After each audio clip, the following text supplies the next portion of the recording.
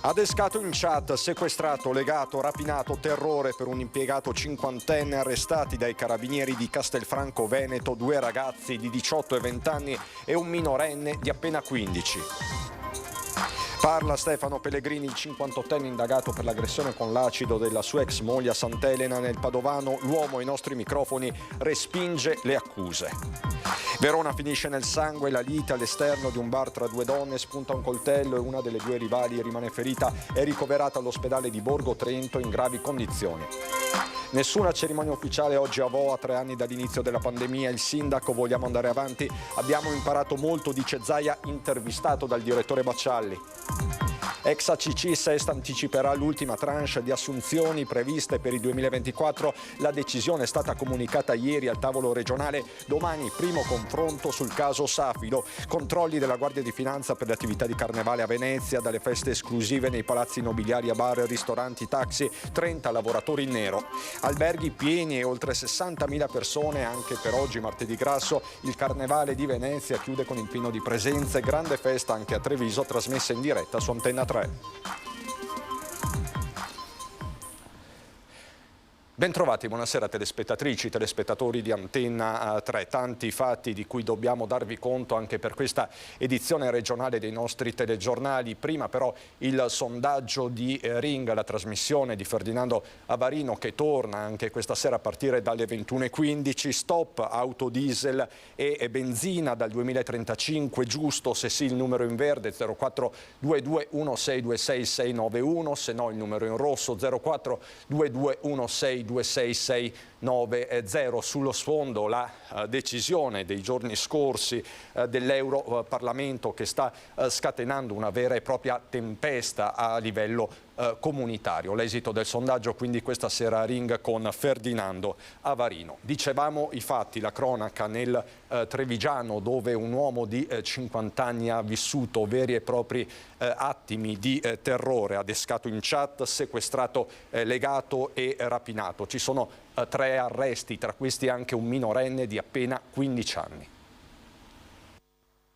Drammatica la scena che si è presentata ai carabinieri. La vittima a terra, immobilizzata, sopra lui uno dei suoi aguzzini, l'altro poco distante, tutti e 2 armati di coltello con lame di 8 e 9 centimetri ed uno storditore elettrico. L'intervento immediato dei militari dell'Arma ha scongiurato che potesse accadere qualcosa di ancora più grave. Il blitz è scattato dopo la segnalazione di alcuni movimenti sospetti a Vedelago in un edificio che si affaccia sulla statale. Sono intervenuti qui i carabinieri in questa casa in costruzione abbandonata. Qui hanno trovato la vittima legata a mani e piedi con il nastro adesivo sulla bocca. Nel pomeriggio di sabato, attorno alle ore 16, i carabinieri Castelfranco Veneto, durante uno di questi servizi di prevenzione, hanno notato uscire dal casolare stesso un giovane in sella ad una bicicletta, hanno proceduto al suo controllo e il giovane è stato trovato in possesso di una tessera bancomat, un portamonete con all'interno una somma di circa 60 euro e anche il codice PIN del bancomat stesso, oltre anche alle chiavi di un'autovettura. Immediatamente è stata fatta irruzione nella casa. Al piano interrato è stato trovato l'ostaggio, seviziato, picchiato selvaggiamente, in balia dei malviventi. 2 ragazzi nulla facenti italiani di 18 e 20 anni, parzialmente travisati, che sono stati bloccati dai militari. Grazie all'intervento effettuato appunto nell'immediatezza, nell'urgenza della drammaticità della situazione, la vittima è stata liberata ed è stata immediatamente condotta presso l'ospedale di Castelfranco Veneto, dove le sono state diagnosticate lesioni varie per una prognosi di circa 30 giorni. Una trappola diabolica, quella pianificata nei minimi dettagli dai 3 giovanissimi. La vittima, impiegato cinquantenne, aveva conosciuto da qualche tempo uno dei 3 ragazzi in una piattaforma social e dopo alcuni scambi di chat aveva consentito di incontrarlo in quel casolare. Una volta all'interno ha trovato ad attenderlo i complici che lo hanno prima stordito con un taser e poi colpito ripetutamente in tutto il corpo. Volevano i soldi, i suoi effetti personali, volevano ed avevano ottenuto il codice PIN del bancomat per prelevare i soldi. Gli investigatori pensano che questo non fosse il loro primo colpo e lanciano un appello. L'intendimento è proprio questo, di invitare altre persone che per motivi di riservatezza non abbiano ancora denunciato fatti analoghi dei quali sono rimasti vittime, di presentarsi presso i Carabinieri di Castelfranco Veneto e verrà fornito loro massimo ausilio, e quindi anche chiediamo il supporto di altre vittime per la prosecuzione delle indagini. I 3 arrestati dovranno rispondere di sequestro di persona, rapina aggravata, lesioni e possesso ingiustificato di oggetti atti ad offendere. Nel Padovano ora, dove parla Stefano Pellegrini, il 58enne sospettato di aver aggredito con l'acido l'ex moglie a Sant'Elena, l'uomo respinge ogni accusa. Sentite cosa ha detto ai nostri microfoni. Che mi dispiace così, spero stia bene, anche se lei non mi vuol parlare e basta. Le prime parole di Stefano Pellegrini sono rivolte alla ex moglie, la donna aggredita con l'acido giovedì sera, abrasioni all'occhio. I medici dicono che guarirà entro 2 mesi. Lui invece è il principale sospettato. Ieri i carabinieri gli hanno notificato l'avviso di garanzia. Risulta indagato per il reato di lesioni personali e deformazione dell'aspetto con lesioni permanenti al viso, uno dei nuovi reati introdotti dal Codice Rosso che tutela le vittime di violenza di genere. I militari dell'Arma nelle scorse ore hanno sequestrato il suo cellulare e una maglia con una macchia scolorita tipica di quando la candeggina cade negli indumenti e corrode il colore. L'uomo però respinge ogni accusa. Mi dispiace, non posso parlare, ma non perché non voglio o per cosa, ma ripeto, la sua domanda dispiace moltissimo. Spero lei stia bene, perché sicuramente mi odia, perché lei pensa che possa essere stato io, quindi io le auguro che stia bene, basta. Lei è innocente? Penso che sia non logico, ma una cosa del genere. Era a casa giovedì sera? Sì, era a casa.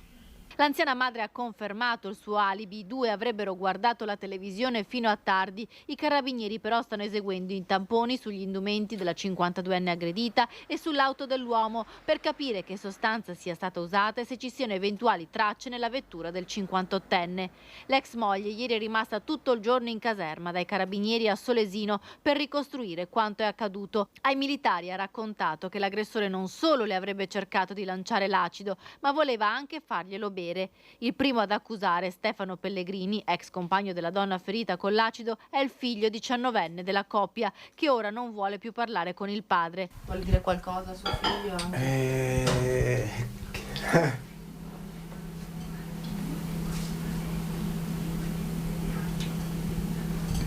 Che stia tranquillo. Ha fiducia nella giustizia, le chiedo solo. Spero di sì. Spero di sì. Questa è l'intervista raccolta dalla nostra Valentina Visentina. Andiamo nel Veronese. Lite tra 2 donne finisce a coltellate. Una è ricoverata in gravissime condizioni all'ospedale di Verona, l'altra ha riportato lievi ferite. Il fatto è accaduto la notte scorsa all'esterno di un bar di Borgo Venezia. Le 2 donne che dalle prime informazioni avrebbero alzato troppo il gomito si sono aggredite per futili motivi. Nel corso del litigio è spuntato anche un coltello. Nella colluttazione una delle 2 ha riportato gravi ferite all'addome. Subito soccorsa è stata trasportata all'ospedale di Borgo Trento, dove è ricoverata in condizioni, come vi dicevo, molto gravi. Sul posto sono intervenuti i carabinieri di Verona. E a Venezia, non solo a Venezia, è diventato virale un video, il video di fatto di un parapiglia, di un'aggressione che sta suscitando anche numerosi interrogativi e polemiche. Non sta che mette mano addosso, non sta che Come era già accaduto altre volte, alla fine è l'esasperazione che prende il sopravvento agli imbarcaderi. Ma questa volta qualcuno ha filmato la scena e a Venezia il video prima è iniziato a circolare da cellulare a cellulare e poi è finito sui social. Siamo alla fermata Serenella di Murano. Il vaporetto è stracolmo e il marinaio chiude gli ingressi. Se ne riparla alla prossima corsa. Un viaggiatore è rimasto fuori, però sale sul tetto del motoscafo, deciso a raggiungere così la propria destinazione. Viene corsa. Il personale ACTV si ferma. Viaggiare con un uomo sul tetto non è previsto dal codice di navigazione. Le proteste degli altri passeggeri e la minaccia di chiamare i carabinieri non sortiscono effetti finché non è un altro viaggiatore a intervenire. Non sta che mette mano addosso. In alcuni casi a Venezia non c'è alternativa all'uso del mezzo pubblico, al lento incedere dei battelli, e viaggiare stipati come sardine a 9,50 € se si è senza i mob non è l'ideale, ma è soprattutto se a Venezia si vive e lavora e si perdono corse perché i mezzi sono pieni che la situazione diventa pesante, se non incandescente nei casi più estremi. Jonathan Montanariello è consigliere regionale del Partito Democratico, ma anche dipendente a CTV con un passato da sindacalista nella Filt CGIL. Quando c'è il carnevale l'amministrazione non può pensare che Venezia sia un grande Luna Park dove basta fare eventi e attrarre la gente. Bisogna anche lavorare sui servizi, perché se dopo tu pensi a far diventare Venezia un grande parco divertimento, i lavoratori e l'utenza si trovano in queste situazioni. È un padre di famiglia che esce la mattina di casa per lavorare, magari anche costretto ad andarsi a prendere un avvocato per giustificare cosa è successo senza che lui lo volesse. Esattamente 3 anni fa la prima vittima del Covid a Vo, dove oggi sono ritornati i nostri Chiara Gaiani e Federico Cibotto, che hanno sentito il sindaco. La voglia di ricordare non c'è, solo noi che siamo stati chiusi dentro in lockdown per 2 settimane sappiamo cosa abbiamo passato. È difficile che una persona da fuori possa capire quali siano i sentimenti, insomma, è quello che abbiamo provato, e quindi guardiamo avanti consapevoli che noi abbiamo passato anche questa fase molto dura, molto impegnativa, ma sempre a testa alta. Era il 24 febbraio del 2020 quando Vo piombò nella zona rossa dopo che il 21 febbraio era morto Adriano Trevisan, la prima vittima italiana del coronavirus originaria del paese del buon vino e della trachite. Il coronavirus era diventato parte della nostra storia e a Vo si provava sulla pelle di poco più di 3.000 persone la paura dell'isolamento dal mondo, il tentativo fallito di bloccare la circolazione del virus, il dolore per la morte di Adriano Trevisan, prima di Renato Turetta poi, ma anche la voglia di lottare. A 3 anni di distanza, a Vo il desiderio adesso è quello di guardare avanti e di ricordare nell'intimo. Faremo una cerimonia in forma molto ristretta per ricordare le 2 prime vittime di Vo, Adriano e Renato, che andremo a ricordare tra amici in modo ristretto. La pianta di ulivo che da 2 anni è stata posta alle porte del paese è il ricordo vivente delle vittime della pandemia. A loro sarà dedicato un ricordo intimo, più avanti racconta ai nostri microfoni il sindaco. Una città, la sua, diventata primo e unico laboratorio al mondo di studio del virus grazie ai 3 cicli di tamponi somministrati dalla Regione in collaborazione con l'Università di Padova. Noi abbiamo proseguito poi gli studi per circa 1 anno e mezzo, studi che poi sono andati oltre il discorso della ricerca del genoma del virus e quant'altro, ma anche sul discorso dell'alimentazione, sul piano della sofferenza e quindi delle ricadute che ci sono state soprattutto sulle persone più fragili, e anche i ragazzi e i ragazzini che staccati dai propri cari hanno sofferto in modo particolare. 3 anni che hanno cambiato tutti noi, 3 anni che hanno cambiato il Veneto, così il governatore Luca Zaia, intervistato dal direttore Luigi Baccialli. 3 anni fa qui si stava per affrontare una delle più grandi tragedie, se non la più grande tragedia che ha colpito il Veneto, dal punto di vista sanitario sicuramente, oltre 16.500 morti, ma è stata una tragedia che abbiamo vissuto assieme. Torna sul luogo simbolo dell'emergenza Luca Zaia e lo fa per l'intervista rilasciata al direttore di Media Nord-Est Luigi Baccialli in quella sede della Protezione Civile a Marghera per lunghi mesi, punto di riferimento per milioni di veneti e non solo. Dice di non ritornarci a cuor leggero Zaia, ricordando i bollettini quotidiani fatti di numeri spesso tragici. Il pomeriggio di 3 anni fa il presidente si trovava nei nostri studi di San Biagio di Callalta. Erano penso le 5 del pomeriggio, ne stavamo registrando da voi, da lei, e arrivò la notizia, la fatidica notizia: abbiamo il primo paziente Covid. Allora si diceva abbiamo il primo paziente che ha il coronavirus. Noi eravamo preparati, ricordo fra l'altro che il Veneto era l'unica regione in Italia che aveva il piano pandemico, altro oggetto di grande discussione a livello nazionale se non internazionale. Bene, ho detto, vi do decreto, e quindi su mia responsabilità firmo che si facciano i tamponi a tutti i cittadini di Vo. Apriti il cielo, E subito mi hanno detto: guardi Presidente che lei rischia, perché ci sarà la Corte dei Conti, perché l'OMS, l'Organizzazione Mondiale della Sanità, dice che il tampone lo si fa solo a chi è malato, ai sintomatici. Scelte che Zaia rivendica accanto alla chiusura dell'ospedale di Schiavonia e alla dotazione di tende riscaldate fuori dai nosocomi per il triage, tutte misure di sanità pubblica, così come la somministrazione massiccia dei test rapidi, inevitabile un riferimento al relativo caso giudiziario. E addirittura c'è il processo. No, guardi, io di questo non parlo, è meglio che non parli. E devo solo dire che il dottor Rigoli è stato eccezionale. Devo dire solo che io, il dottor Rigoli, che sia chiaro a tutti, quando non ce l'avevo a lavorare qui, sabato e domenica, e ci andavo spesso, andavo non a casa sua, non al ristorante, in laboratorio, giorno e notte. Cosa resta di una pandemia non ancora del tutto alle spalle? È presto per dirlo, ma una prima lezione può essere tratta. Ci ha insegnato che possiamo essere comunità, che ci ha segnato, non solo insegnato, ma ci ha segnato tutti. Vediamo anche i giovani come sono stati. I ragazzi sono stati eccezionali. Secondo me i ragazzi sono stati quelli che più hanno sofferto e più hanno seguito le indicazioni. La cronaca sindacale ci riporta a Borgo Valbelluna per parlare di ACC. Ci sono novità importanti, come ci racconta Tiziana Bolognani. Non è più a tinte fosche il futuro dei lavoratori ex ACC in attesa di essere riassorbiti da SEST, ma oramai senza la prospettiva della copertura della cassa integrazione straordinaria per cessazione di attività, scaduta lo scorso anno e riattivata grazie a un pressing forsennato sul governo che l'ha ripristinata. Mancava un semestre e la svolta è arrivata ieri al tavolo regionale. Ieri SEST ha dichiarato il proprio impegno industriale ad anticipare l'ultima tranche di assunzioni, in modo da fare in modo che alla fine di quest'anno non ci siano esuberi.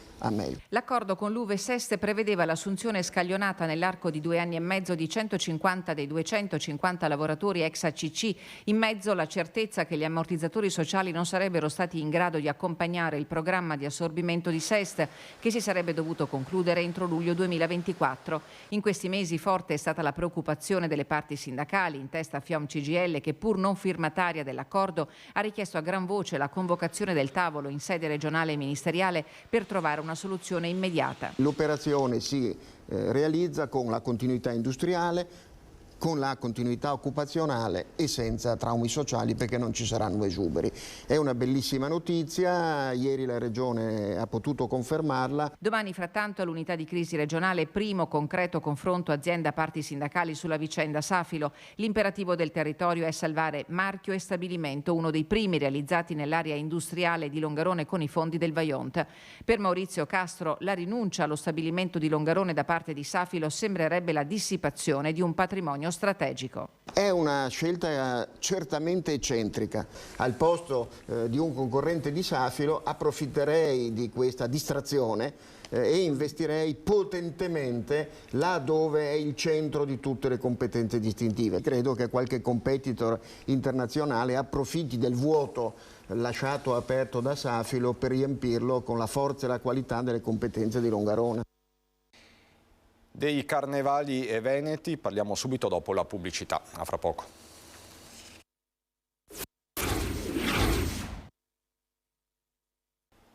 Di nuovo in diretta per raccontarvi il Carnevale di Venezia tra festa e sicurezza. Guardate cosa ha scoperto la Guardia di Finanza.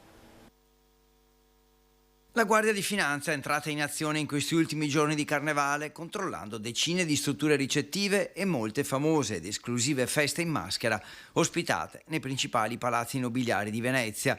Il bilancio è di ben 8 attività totalmente abusive e altre 4 che hanno dichiarato un numero di stanze e posti letto inferiore a quelli effettivamente riscontrati al momento dell'ispezione. Ulteriori 30 strutture ricettive sono state sanzionate per varie violazioni amministrative. Le Fiamme Gialle con la polizia locale hanno poi dedicato un'attenzione specifica alle famose ed esclusive feste in maschera, molte delle quali nei principali palazzi. per verifiche sul lavoro, sulla sicurezza dei locali e sul diritto d'autore. In particolare le Fiamme Gialle hanno verificato non solo la regolarità dei lavoratori impiegati, ma anche la tracciabilità dei metodi di pagamento per gli stipendi, identificando centinaia di lavoratori e addetti, oltre a decine di operatori economici. Sono stati trovati più di 30 lavoratori completamente in nero. Uno di questi è risultato anche ricevere il reddito di cittadinanza. Ulteriori approfondimenti sono in corso per un altro centinaio di persone. Proposta la chiusura temporanea di 3 ristoranti, una discoteca e un locale per le feste in maschera e decine di violazioni alla SIAE per la tutela del diritto d'autore. E poi, nei giorni scorsi, il sequestro di oltre 90.000 maschere di carnevale e di oltre 3.000 souvenir e articoli in vetro irregolari. Non sono mancati 3 cosiddetti scatolettisti, sorpresi ad attirare ignari turisti nel gioco abusivo. Infine, in corso le verifiche sulle autorizzazioni di oltre 30 taxi Aquay. Carnevale di Venezia che comunque chiude davvero con il botto. Ma lei è il Leone di San Marco in persona? Esatto, sono proprio io. Come la vede oggi? Sono dalla colonnina e mi sono portata giù. Da vederla dal basso come le pare Venezia? Dai, non mi dispiace. Oltre 60.000 persone nell'ultima giornata del Carnevale 2023 a Venezia. Domenica erano stati 85.000, sabato addirittura più di 100.000.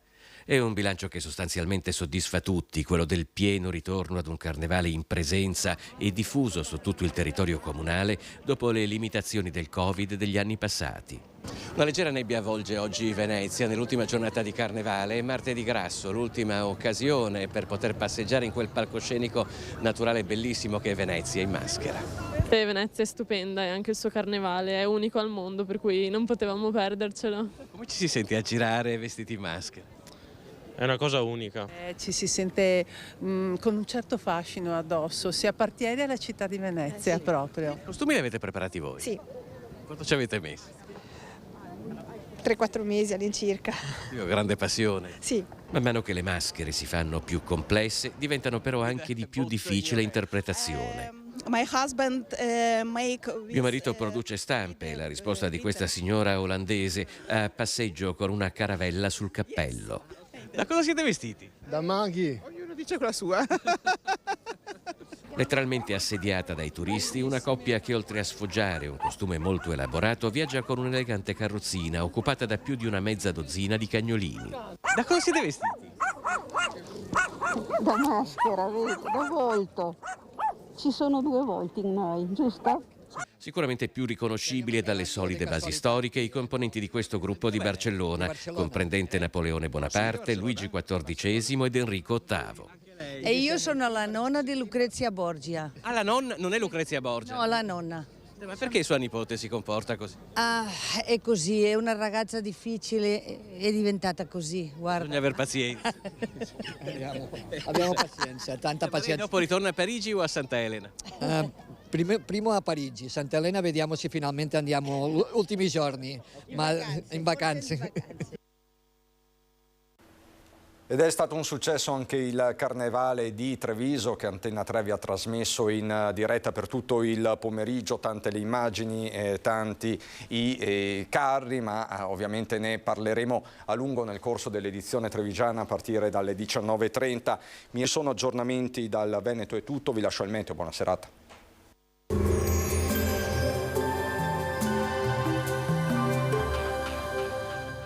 Cooperativa Agricola Volpago offre carne fresca di prima qualità. Ci trovi a Volpago del Montello, Pieve del Grappa, Tre Baseleghe e presso lo spaccio del contadino a Dolo e Massanzago.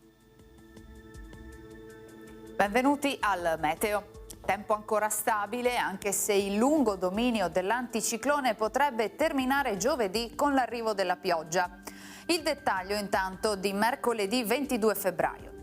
Sul Veneto il sole non sarà presente, cielo infatti in prevalenza nuvoloso e coperto con nubi basse, foschie e nebbie anche fitte. Non si esclude la possibilità di qualche sporadica e debole precipitazione già nella notte tra mercoledì e giovedì. Temperature ancora stazionarie, minime tra 2 e 8 gradi, massime tra 7 e 11 gradi. Ci spostiamo ora sul Friuli Venezia Giulia. Avremo frequenti riduzioni della visibilità sulle zone di pianura, altrove cielo per lo più nuvoloso. Temperature minime tra 6 e 7 gradi, massime sugli 8-10 gradi. Infine diamo uno sguardo al Trentino Alto Adige. Avremo molte nubi sui settori meridionali della regione, sarà maggiormente soleggiato invece altrove. Temperature minime intorno a 2-4 gradi, massime sui 10-13 gradi. Dal meteo di Antena 3 è tutto, arrivederci al prossimo aggiornamento.